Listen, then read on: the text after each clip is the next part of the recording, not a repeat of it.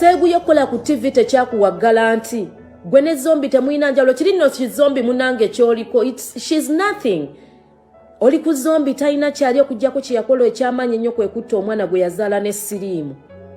Yes, zombi killed the child who was HIV positive. Bamugamba mu ddwaliro omwana mulwadde n'ati omutwalira omusajja. Nze mbaawina w'omutembeeyi munankyayira kikale nga mbawa amawulire bwegati munzikiza emergency. Emergency. Zombi kye yakola to kill a child of HIV. Naye omwana yali asobola okumira eddagala. Naye mumulaba yenna yenna yagootaana avunze yenna pini mwaja ate mubeera ku Snapchat mugubere Badblack Uganda. Zombi avunze. Zombi kintu kyokka kye yakakola in her life is to murder a child. Zombi ekintu kye wasooka okukola kwe kutta omwana wo. Zombi osula mu council flat wagenda UK myaka 9 naye nakati osula ku fleece embayo kulimbo. Government, you a good vendor. Government ekuwererera abaana bo tebambala na uniform. Mbu sukulu lwani kuki zombi oveyo nawe oyogere. Zombi government ekuwe mmere, you a good vendor. Government ekuwe engoye yo good vendor. Mpozi n'okusabiriza ku media no ku Facebook bakugoba kati Facebook nagisigalako bwomu bwotanti otyani. Zombi toyina kyogamba abantu bana batakumanyi bolimbalimba batakulaba mu daily life wali ku Snapchat tukufuna live. Wavunda omumwa gwavunda zombi. Kati era olaba ne interview zikolera mu busonda bwa kafulati. Toyina compound kati ogambe ki Badblack. Zombi, if I were you 9 years in UK, imagine nga tebansibye nako. Eno emergency ndi mukazikiza. Imagine you've never gone to prison. I was in a pandemic year stealing money from the white man for 3 years. They sentenced me 4 years. I went back in prison. I came back. Seguya na kusango cha yambale sati jo yambale ya square kubukedde. Okitegeera.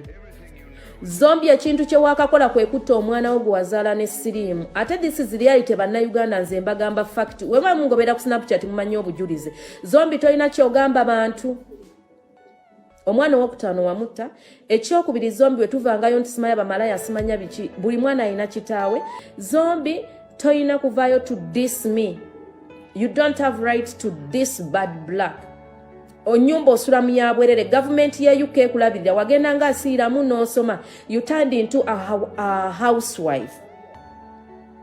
Okitegeera. You turned into a housewife. Toyina rights enjogera ku Badblack. Banaye mu abantu batalina rights comments muzireke. You zombie, you have no rights to talk about me when the government is taking care of you from the pad. When you go in your periods, you have to call 99 to bring you pads. Oliku Badblack for 2 years. Tomayina equivalent. Oba honey, bachita kwa convert shillings za Uganda. You don't know how to convert dollar to shillings. 15 nyabo zibera milioni 17 teziba milioni 4 oba 3. Aren't you looking for relevant? Wano ku Facebook bakugoba ndi kwemala goga. Mulekera wakwera ku budget ku sente z'omuntu.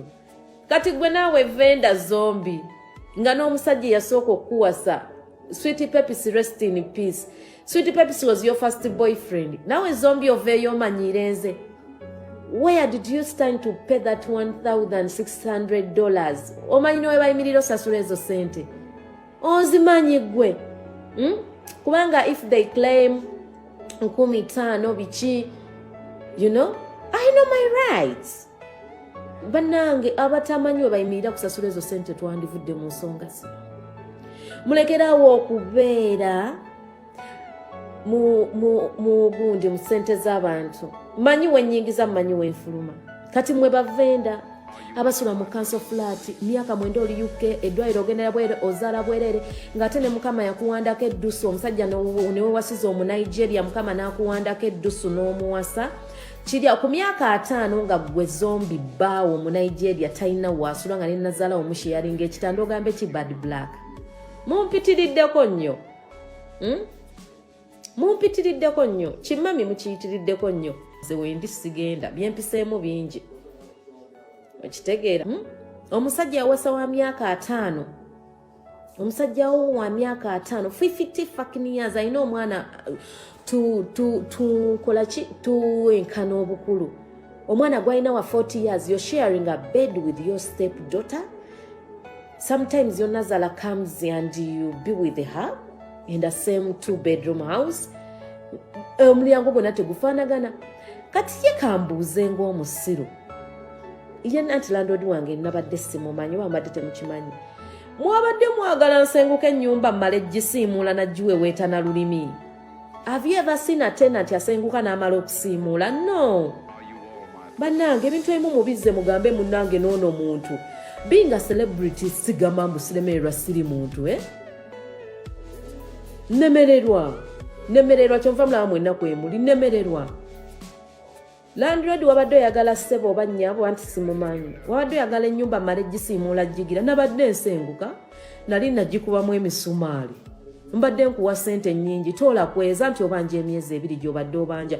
Because wema mbadde nkuwa $1,600 okumala emyaka 2 n'ekitundu. Ng'obanja 15,000 gy'emyezi 3 ate ne $3 million nazikuwadde. Banaye temutuyitirirako. Mwe ba TV presenter abakifudde nnyo ekyamanyi musulawa. Where do you resign? This is emergency. We don't need light. Where do you resign? Seeguyo osulawa.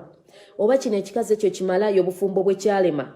Kizaala obwana nga ebukirya simanya amakiro oba gaabakwata. Muri okwo muli ku Badblack mugifudde ensonga I'm on swimming pool. Kati muri awo muri basiru nnyo, you don't have what to say, you don't have any blog.